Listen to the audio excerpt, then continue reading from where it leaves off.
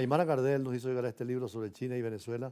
50 años de relaciones diplomáticas, se va a cumplir ahora 71 años también de la independencia de China y además 80 años de la derrota de los japoneses que dio origen primero a la República de China de representar al pueblo chino, pero que en definitiva tuvieron que irse hacia Taiwán.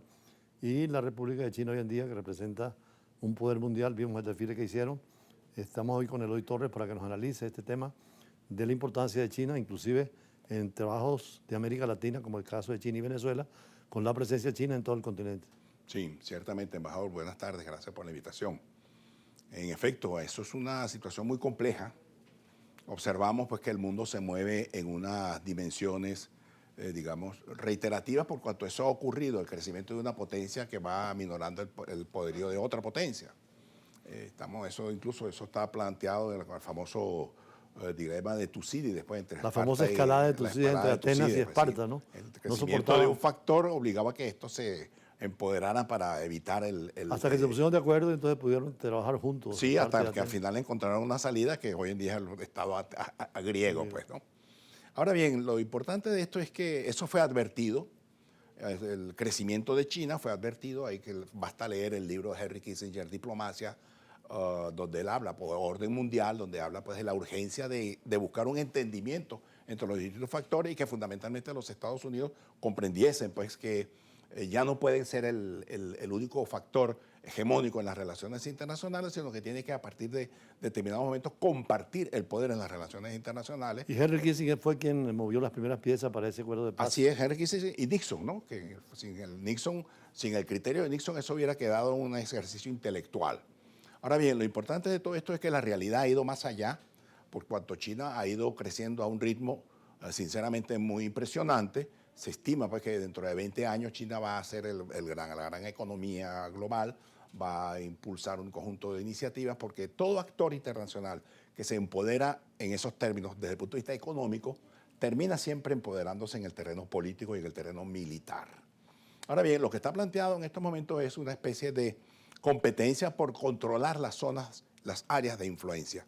Esas áreas de influencia murieron desde el punto de vista del nombre durante un buen tiempo, gracias a la Guerra Fría, porque todo se ideologizaba, pero como quiera que la Guerra Fría muere, porque muere la Unión Soviética y resurge un viejo sentimiento, en primer lugar, la revancha de la geografía, en segundo lugar, el posicionamiento de determinados actores que comienzan a manifestar sus deseos, sus aspiraciones por acrecentar su poder. Y el caso de China, el caso de Rusia, el caso del mundo islámico, el caso de la Unión Europea y el caso de los Estados Unidos, que están conscientes de su realidad, más allá de que sea Trump o no sea Trump el que esté al poder, pero están conscientes de que tienen que entender que el mundo ha cambiado. En un análisis de Le Figaro ayer, en la prensa francesa decían que el presidente Trump ha ido alejándose de los que eran aliados permanentes, caso de la India, y lanzando a los brazos de China a la India, que es un poder inmenso y que tenía una especie de duda permanente en guerra con la frontera, sobre todo en la parte del Nepal. Sí, eso es, si observamos la realidad a través de lo que se llama en las relaciones, en la teoría de las relaciones internacionales, el presentismo. Es decir, que tú observas la realidad solo a partir de lo que se está viendo en estos momentos. Y olvidan que la historia tiene esos elementos allí, por algo como el mismo Kissinger decía, la historia es la memoria de los estados, de los actores internacionales.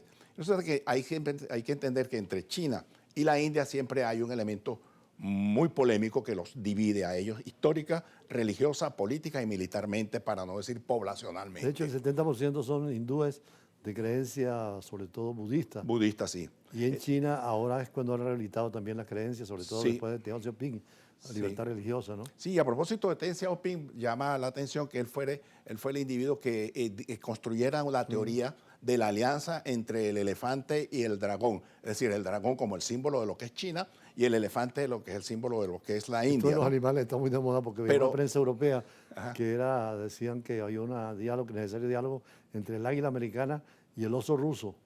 Y alguien decía, pero hay que llamar también al león, el nuevo papa. Sí, pero también hay que, fíjate lo siguiente, hay que también entender que a propósito de esa conjunción entre el elefante y el dragón, es que hay un elefante que es hermano desde el punto de vista como animal, que es el elefante de los republicanos, los Estados Unidos. Entonces habría que entender que, ojo, si bien es cierto que en este momento un disenso entre los Estados Unidos y la India, más cierto es que la India está más cerca de los Estados Unidos Ha que estado China. siempre, sí. Sí, entonces eso hay que entenderlo en esos términos.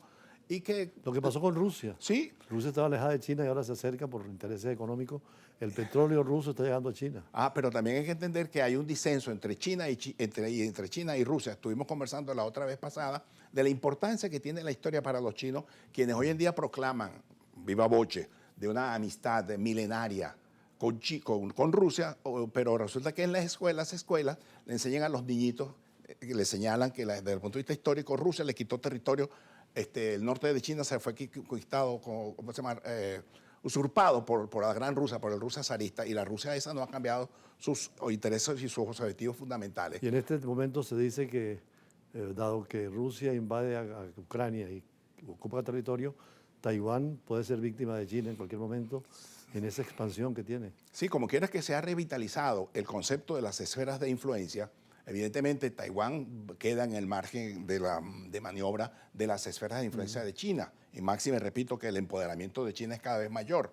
El caso de Rusia, que necesita recuperar oxígeno para superar la gran crisis que vivió como le llamó Putin, la gran desgracia del siglo XX, como lo fue la desaparición de la Unión Soviética, pero también los Estados Unidos están reavivando, pues de alguna manera, su doctrina Monroe, llamada en otros términos, para repotenciar las esferas de influencia y establecer determinados mecanismos para salvaguardar los espacios que le son naturales, tanto a uno como al otro, como al otro. Por cierto, en la plaza Tiananmen hubo un intento también de hacer lo que hizo Gorbachev en Rusia, en China hacia la democracia. Sí, justamente con la mano de Deng Xiaoping fue el gran demócrata, el gran reformador de la economía que convirtió a China en el gran monstruo que se está convirtiendo hoy en día gracias a su gestión de su política, a su pragmatismo, pero también les enseñó al mundo que ellos tienen que controlar porque son 1.300 millones de habitantes.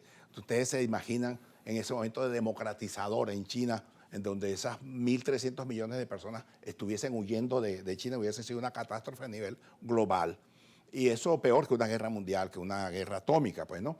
Razón por la cual yo creo que hay que ver las cosas con pragmatismo, con una visión no juridicista del término, hay que verlo desde el punto de vista de la política, porque el derecho, repito, la diplomacia y la guerra son instrumentos de la política. Bueno, La tú política señalabas es lo la que tiene cultura que también es una superestructura muy importante. Por supuesto, por supuesto. Vamos a un por supuesto. corte, profesor Eloy Torres, y regresamos para seguir hablando sobre el tema de la importancia de Asia hoy en día y sobre todo el nuevo rol de China en lo tecnológico, en lo económico y sobre todo en lo militar, que vimos la manifestación ayer. Así es, así es. Ya Muy regresamos. interesante, sí.